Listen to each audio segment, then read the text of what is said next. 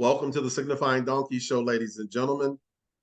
Today, a good friend is joining me, Tori Harper. Hi, Tori. Hi. We had an interesting conversation this week. You always send me valuable information. I really appreciate that.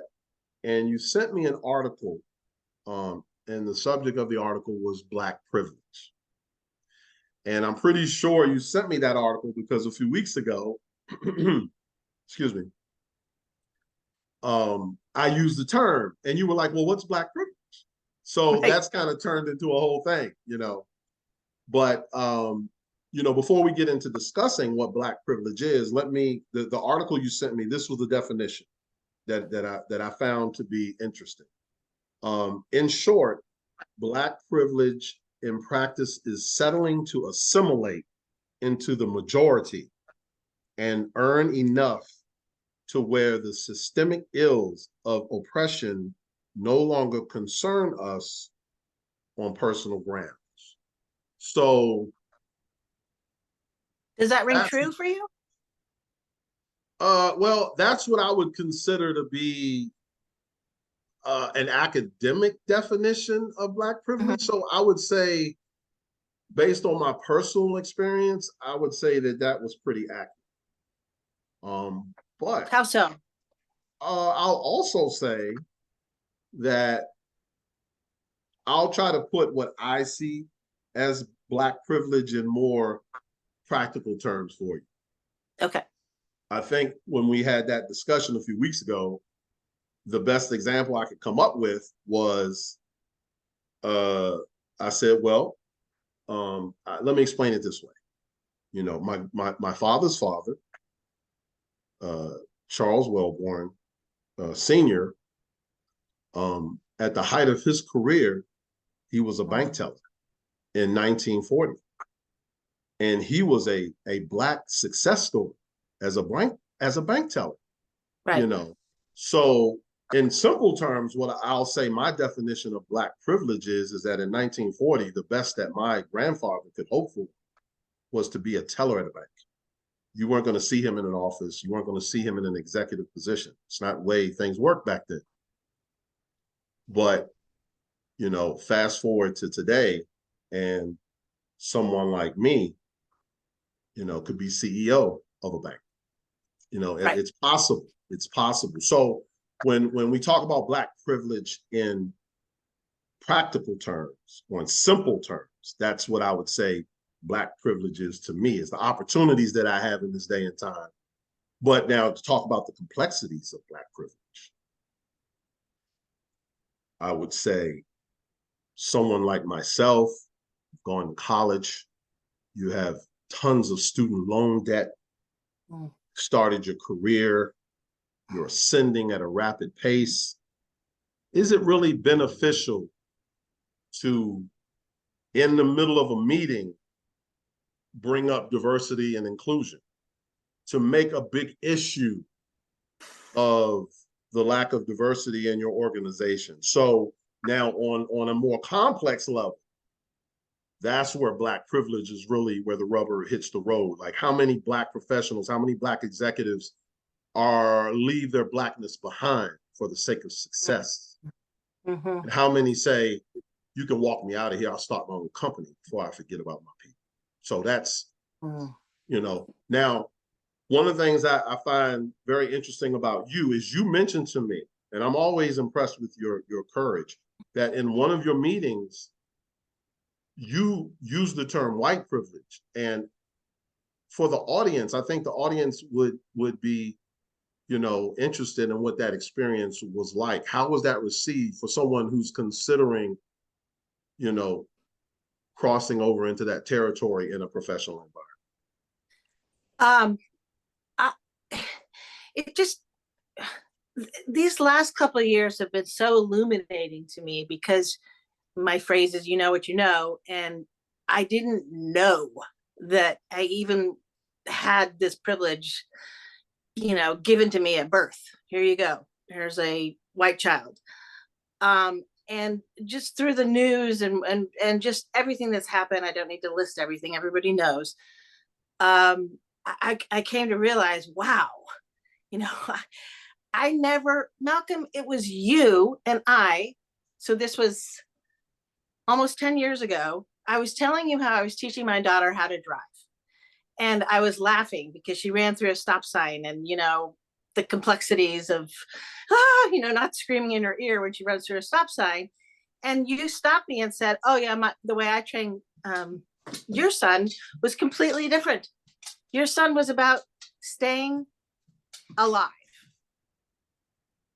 And that Yes, probably that's was the true. beginning of my journey of realizing, oh my gosh, there's so much that was given to me. Now, I will tell you that when you told me the story about your grandpa, which is pretty cool, by the way, where was this? In Virginia? This was Montclair. My grandfather was a homeowner.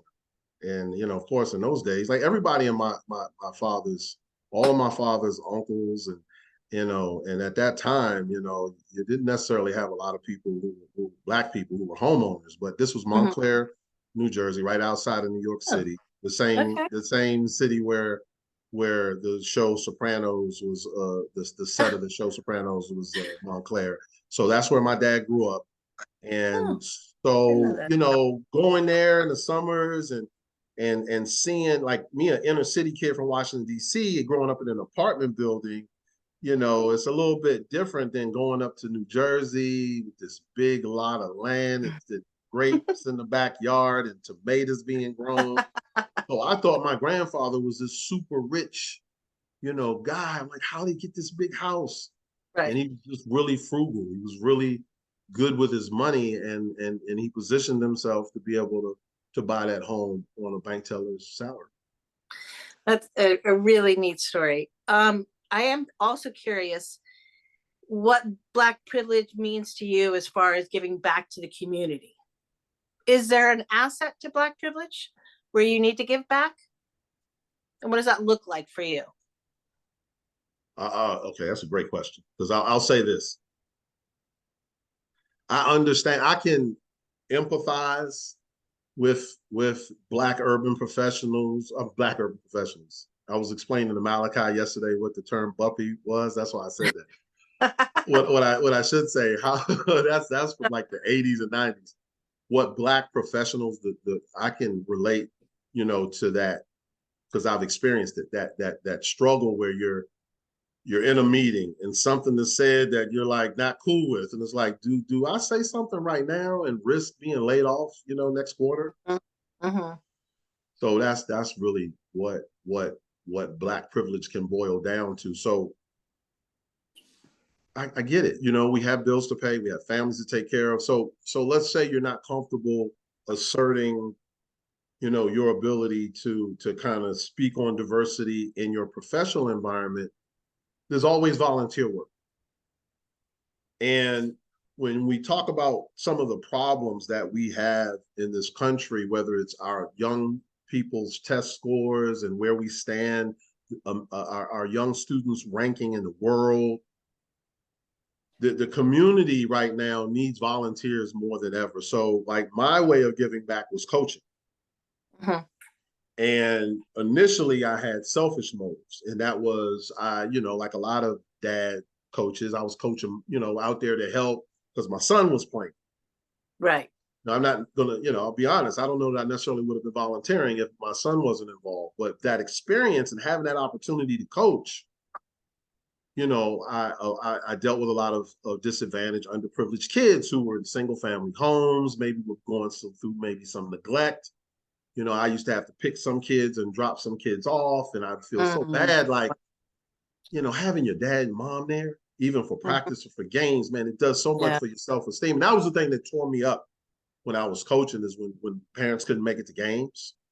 Mm-hmm. So for me, being able to talk to a young Black kid or a young white kid or a young Latino kid and say, look, the things may not be great right now, but keep up with your schoolwork, get good grades, and you, through education you can achieve certain things. So I will say that whether it's coaching, your church, we have the number of homeless people in this country is climbing. So you want to teach your kids a valuable lesson. You want to teach your students or your players, whatever you may be involved in, take them to a church, take them to a homeless shelter, let them serve people who've lost everything. And that sometimes will help you remind you how blessed and fortunate that you are. Amen. I could not agree more. We all need to volunteer. And what's the other V? Vote. That's right. Volunteer and vote. That's right. Yeah, Malcolm, that's really interesting. I appreciate you sharing that with me. I learned a ton today. Thank you. No problem. And you know what? I just noticed your sweatshirt. I love the sweatshirt you're wearing. The Signifying Donkey Show is taking off. This is the second month. And without your help, without all my friends. There's my kitty. Say hi, Smokey. Hey, kitty. Hey, kitty, kitty. Yeah. I just want to thank you for your participation and for everything that you're doing to help make this show a success. And at the end of the day, I'm going to say it again. I try to say it at least once on every show.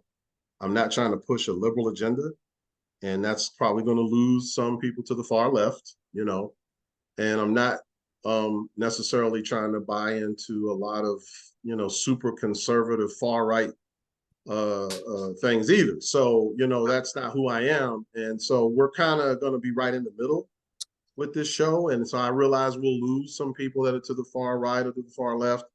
But hopefully the people that are kind of just looking for good information, fact-checked information with all of this misinformation and fake news out here, that's what we're here to do.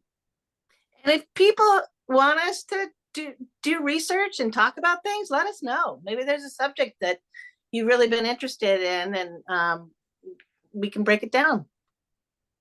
Absolutely. Like today, for example, we were going to discuss critical race theory and CRT, but after we had our pre-production meeting, we decided that it was a topic that required a lot more research, a lot more time to really discuss how we should approach that topic. And there's so many topics that I'd like to get into with you, like the Second Amendment and gun ownership, and I can't wait for us to do our follow-up show on contraception, because we've gotten some feedback, and I want to give you an opportunity to address that feedback. So we're off and running, Tori. Everything's going to be great. I appreciate you. Don't forget to hit the subscribe button. Don't forget to hit the like button if you like this video. And at the end of the day, it's all about love. God bless America. Amen.